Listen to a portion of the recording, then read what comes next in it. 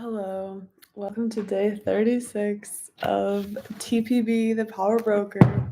The power is really getting broken. Without further ado, let's break it more. Okay, top of page 270. I was looking through the thumbnails for these. So embarrassing how I don't wear that many shirts. Like when I'm sitting around at home, I do not switch it up that much. I usually don't have like photo evidence though of my outfit repeating, and now I do. Okay. Almost every day, sometimes twice a day, no matter how busy he was, Moses would swim. He preferred the ocean. He left time for a swim whenever he was over on Jones Beach. As soon as the causeway was completed, even before it was open to the public, he drove across it to swim in the ocean almost every day during the summer, and indeed in spring and fall too.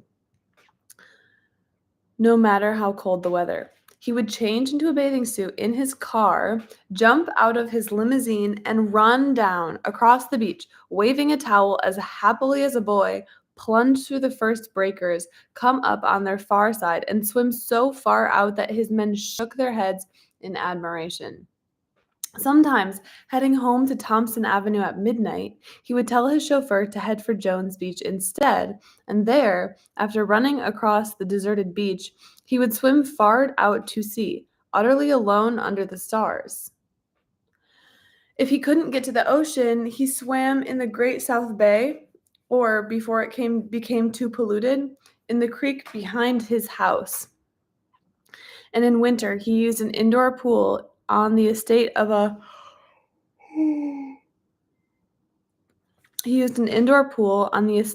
Babylon friend who had given him a key, his arms windmilling him through seemingly endless laps.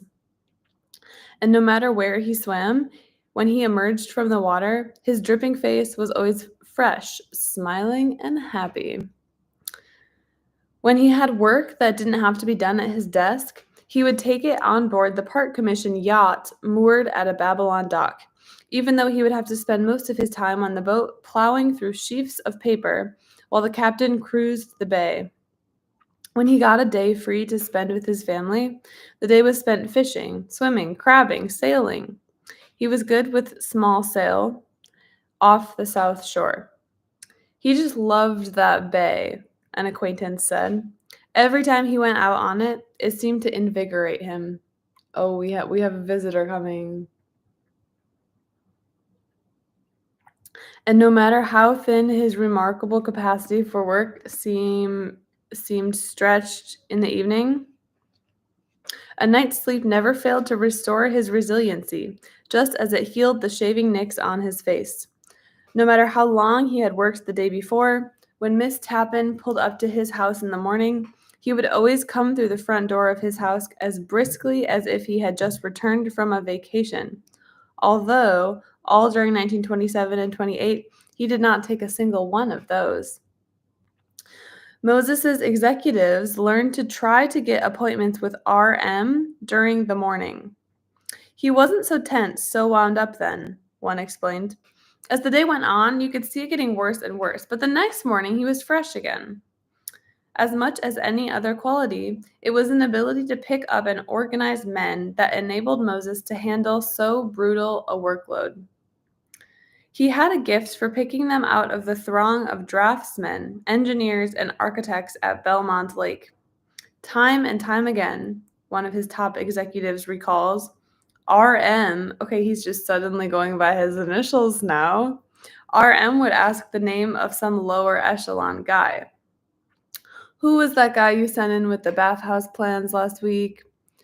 That kind of thing. And when you told him,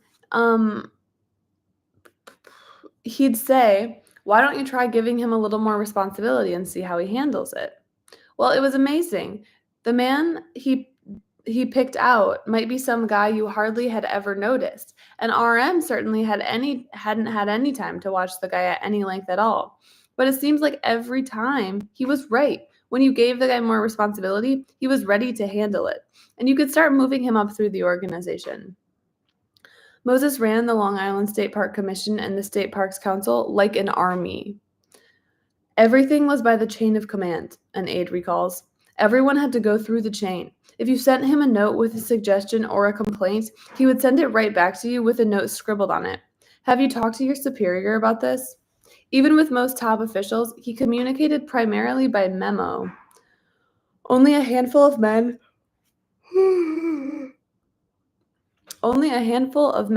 in his organization dealt directly with him. The men who rose through this chain shared a capacity for hard work. Alongside the telephones in his Babylon home and in his New York apartment, Moses kept lists of his aides' phone numbers, and he used that list around the clock, frequently at 2 or 3 a.m. If they went out at night, they had to leave phone numbers at which they could be reached, and they became accustomed to having ushers search them out in darkened theaters to ask them to come to the manager's office for an urgent phone call. Vacations were not allowed to interfere. If Moses needed a man when the man was in Florida, the man was summoned home.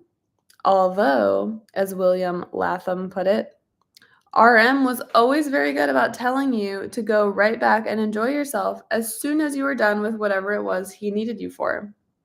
Nor were social obligations allowed to interfere.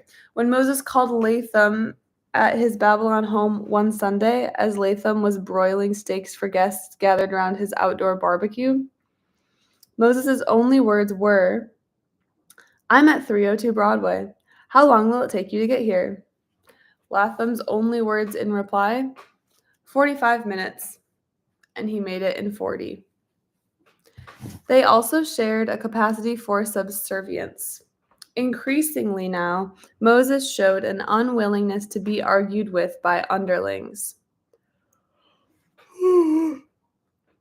Sleepy.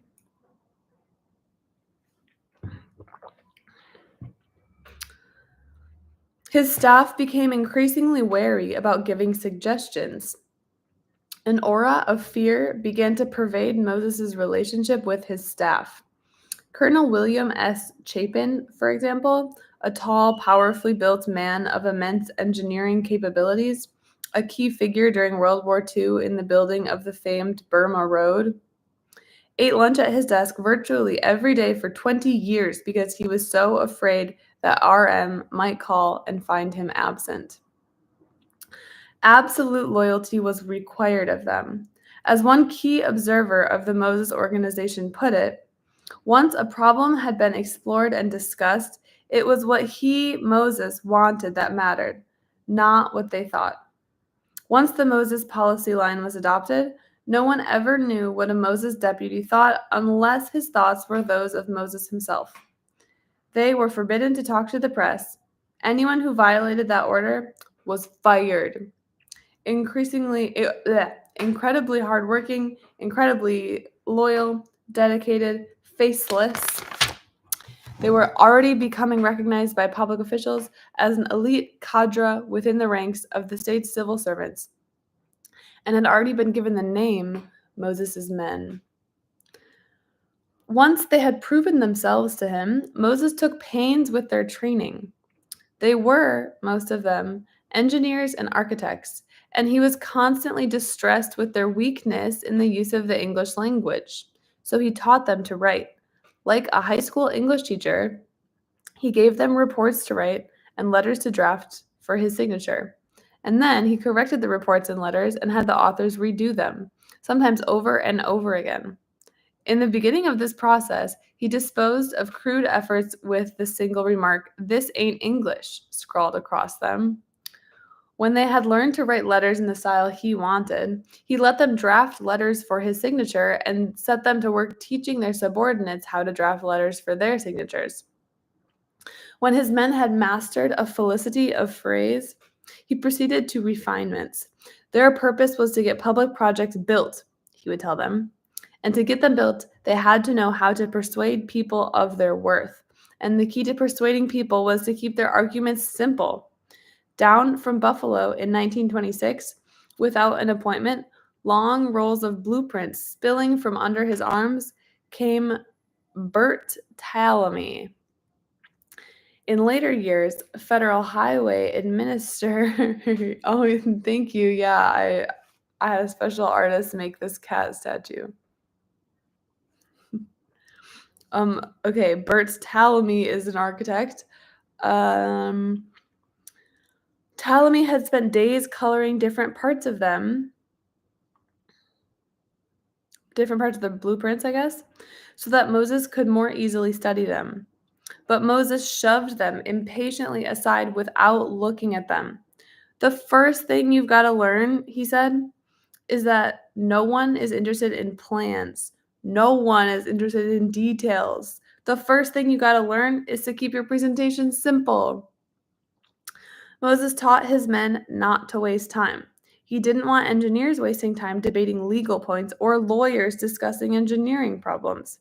If a legal problem arose at a staff meeting and an engineer ventured an opinion on it, he would cut him short with a curt, "Stop practicing law. Leave that to the lawyers." He even taught them social graces so that they could dine with men in positions of power.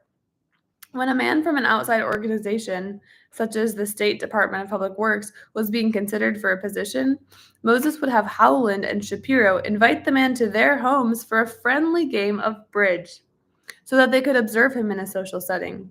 And Moses had no hesitation about handing out basic tips of social etiquette to his aides. If changes in personality were required, Moses saw that they were also made. Shapiro, for example, was painfully shy. Moses would take him to social gatherings and order him to charm a public official. Before long, Shapiro was charming. Some of these men broke under the strain of demands Moses placed upon them. More than one of the men close to Moses in the 1920s had taken to drink by the 1930s and had been dismissed. There were stories of nervous breakdowns within the ranks and of marital difficulties caused by men's inability to work at the pace Moses required and still find time for their families. There was at least one suicide. But those who didn't break were rewarded. Advancement was rapid, and he had the knack of a great executive, of delegating authority completely. His men learned that once a policy in their area of authority had been hammered out by Moses, the details of implementing that policy were strictly up to them. All their boss cared about was that they get it done. They therefore had considerable power of their own, and this was incentive to those of them who wanted power. Riz training. How was your thesis defense, by the way, or dissertation defense, or whatever it was? I hope it went well. In rewarding his men financially, Moses was hampered by civil service limits on pay and promotion schedules, but his ingenuity found 100 ways around those strictures. If a man wasn't making what Moses thought he should be, he would put the man's wife on the payroll in some job that required no work, like answering the phone in their home, and paying her an additional stipend. He early hit on the idea of using part commission labor and contractors to build homes, generally comfortable, spacious two-story colonial homes, for his top executives on park property so that they would be spared the expense of rent, and of using park commission personnel to maintain the houses so that they had none of the other expenses of the normal homeowner either. That would be such a nice perk. The park commission even picked up the heating and electricity bills for these executives to make sure that there was no fuss would be raised about the unusual procedure. The houses were generally built on secluded pieces of park property so that the public didn't even know of their existence. The rewards Moses offered his men were not only power and money. If they gave him loyalty, he returned it manyfold. Moses might criticize his men himself, but if an outsider tried it, even if the outsider was right, and Moses privately told his aide so, Moses would publicly defend him without qualification. And the most valued reward, the thread that bound his men most closely to him, was still more intangible. We were caught up in his sense of purpose, Latham explained. He made you feel that what we were doing together was tremendously important for the public, for the welfare of the people. The purposes were, after all, the purposes for which they had been trained. They were engineers and architects. Engineers and architects want to build, and all Moses' efforts were aimed at building. Men who worked for him had the satisfaction of not only seeing their plans turned into steel and concrete, but also of seeing the transformation take place so rapidly that the fulfillment was all the more satisfying. Moses' men feared him, but they also admired and respected him. Many of them seemed to love him. Okay, I have to quick grab something, but I'll be back in 10 seconds.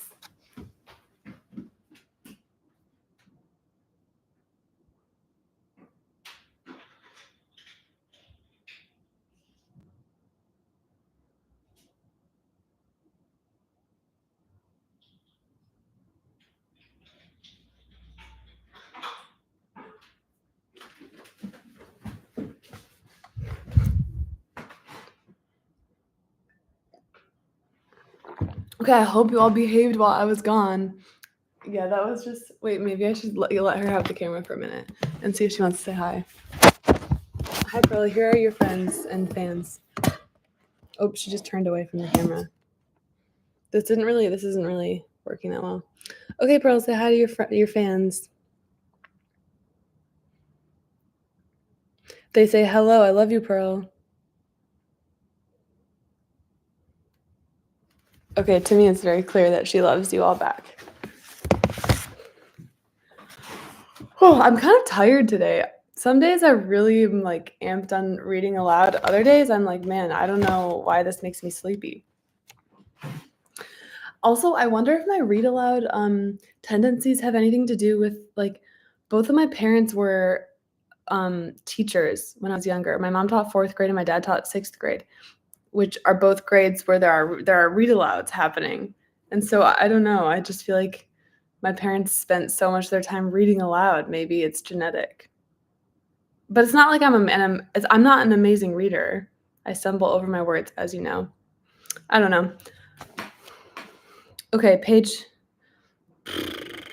We left off at them loving him. They maybe even loved him.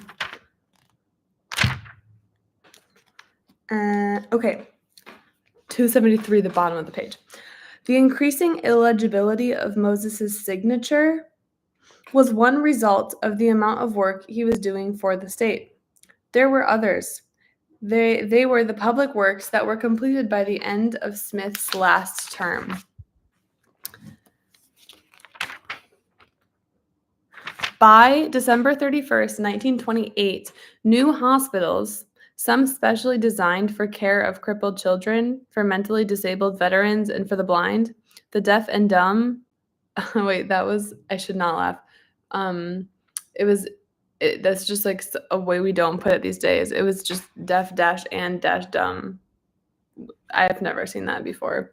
I'm sure it's probably offensive. And tuberculosis sufferers dotted the state. Great new state asylums for the insane had been completed, as well as I hope those went well, as well as an institute for the study of the causes of insanity. I'm sure those were totally ethical. Sing Sing and other new prisons had been constructed.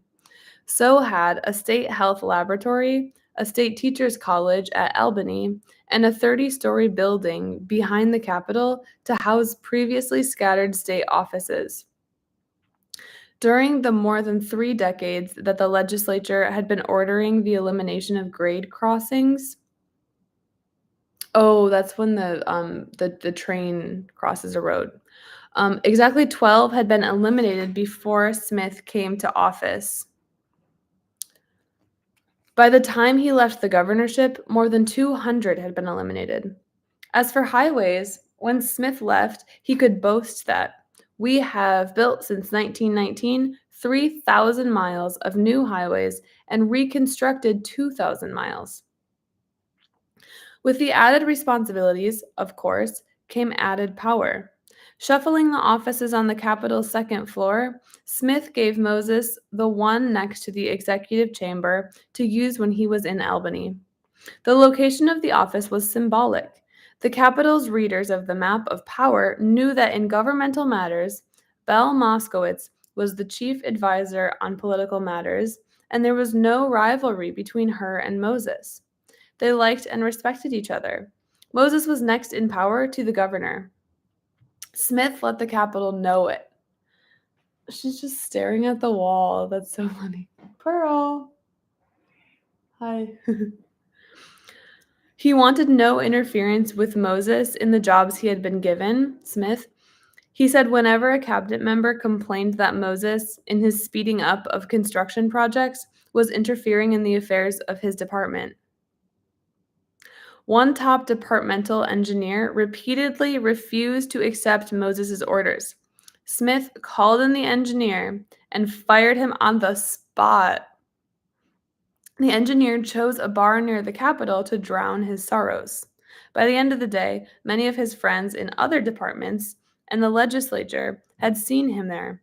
To all who approached him, he poured out the story of the injustice that had been done him.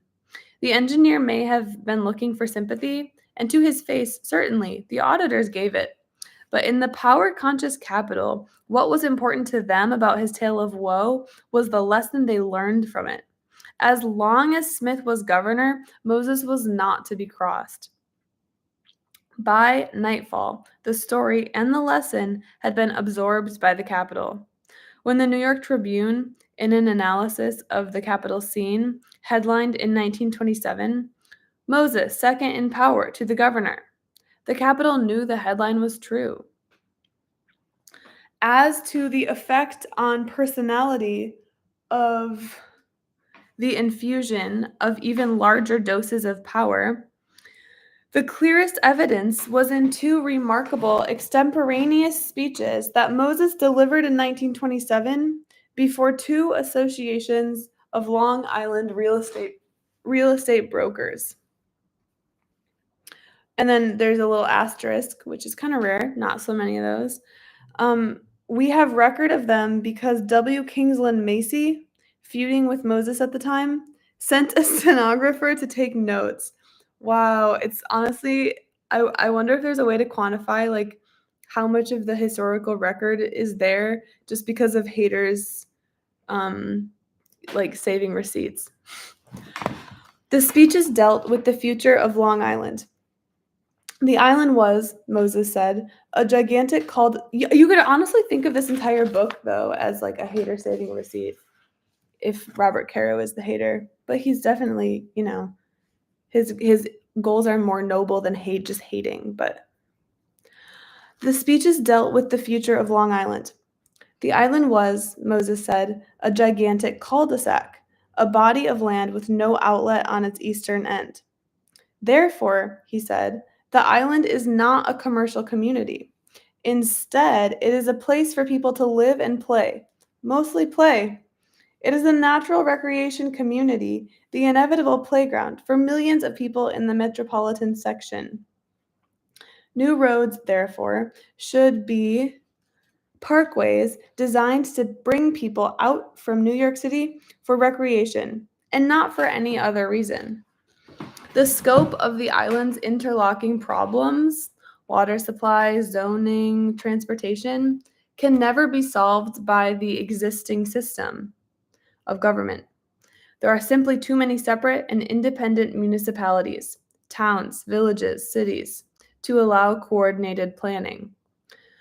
Before you can solve these problems, he said, you've got to change the system of government and town government. This is an obsolete form. You can't tackle the job with it. What was remarkable was Moses' tone, his remarkable self-confidence.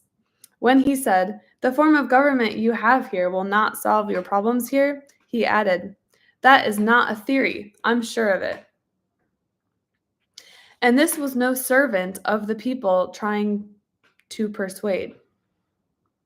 The opposition to parks on Long Island, he told the Long Islanders, was stupid opposition. There has been too much lack of cooperation by the island's public officials, too much tendency to criticize, and it must stop. The townspeople want to deliberate about park propositions.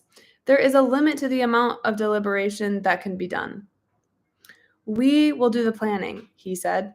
We don't need your help. We need your suggestions. We don't need so much advice and cooperation as the general program as we need advice and help with the specific problems that come up. Theory and plans we take for granted.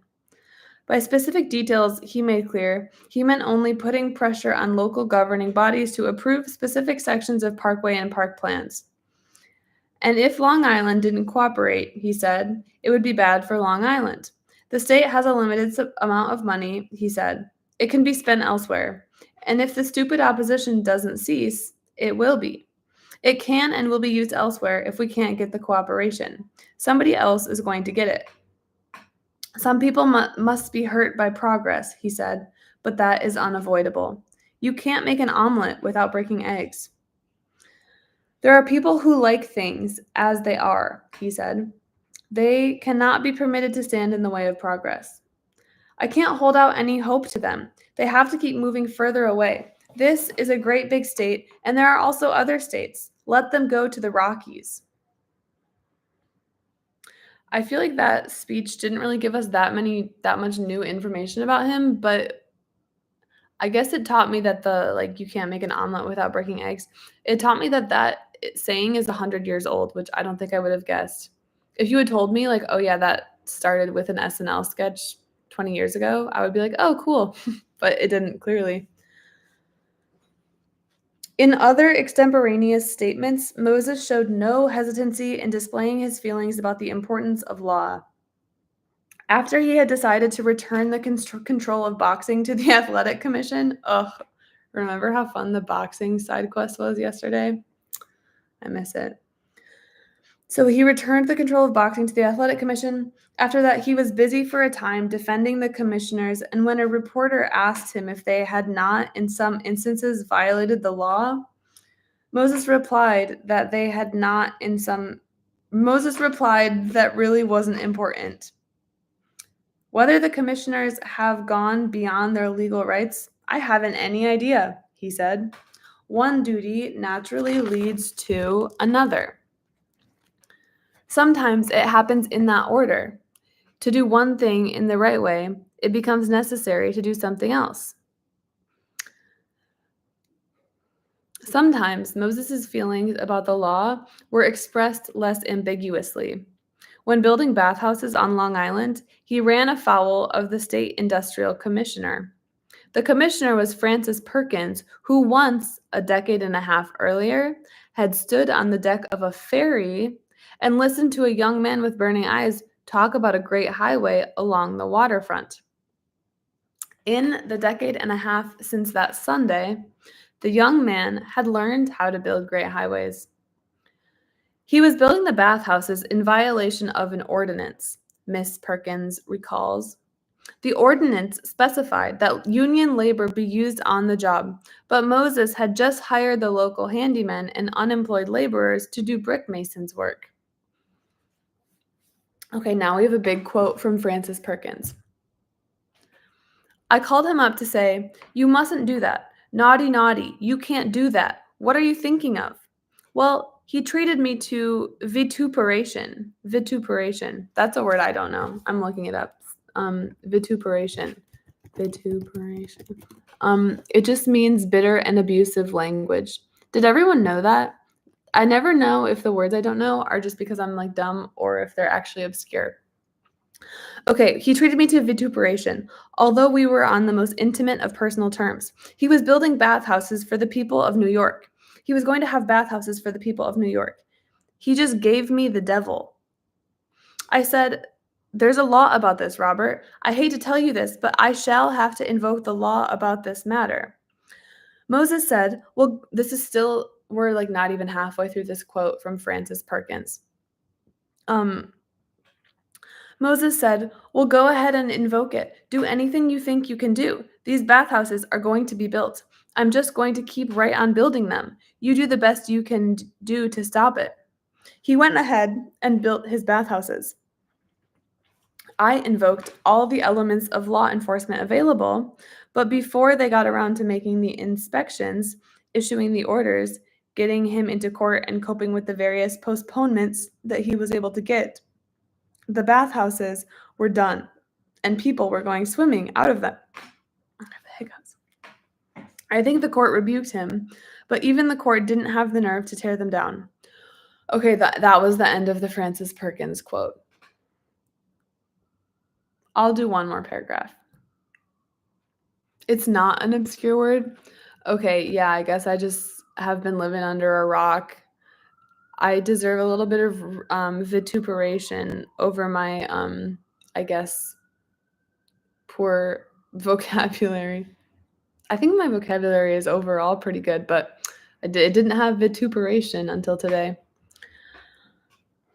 Nor was it changed, nor it was charged, were Moses' feelings about the law confined to bathhouse building. Angry East Islip and Babylon residents had long been complaining about the breakneck speed at which Moses' big Packard limousine sped through the quiet streets of their villages. On July 31, 1927, Moses led 60 members of the State Parks Council on a tour of Long Island. Long Islanders complained that the cavalcade, that's another one I didn't know, of limousines carrying the council members sped through the streets of those villages at excessive speed, while outriders, state troopers on motorcycles, cleared the way by forcing pedestrians and other cars off the road. When the cavalcade arrived at Babylon Town Dock, where the Park Commission yacht was moored, the residents complained. The troopers forced everyone except council members off the dock, despite the fact that it was a public dock. As old Judge Cooper editorialized, "We got a taste of what authority in the wrong hands means." Okay, I'm just going to stop there, I think. Getting kind of close to chapter 16, The Feather Duster. I'm excited for that one. I wonder if it'll be as good as chapter 15, The Curator of Cauliflowers. That one was the best. Or maybe that's what we're in, but we just have really... Oh, yeah, we're technically still in The Curator of Cauliflowers, but we haven't been talking about cauliflowers for like 10 pages. See you later.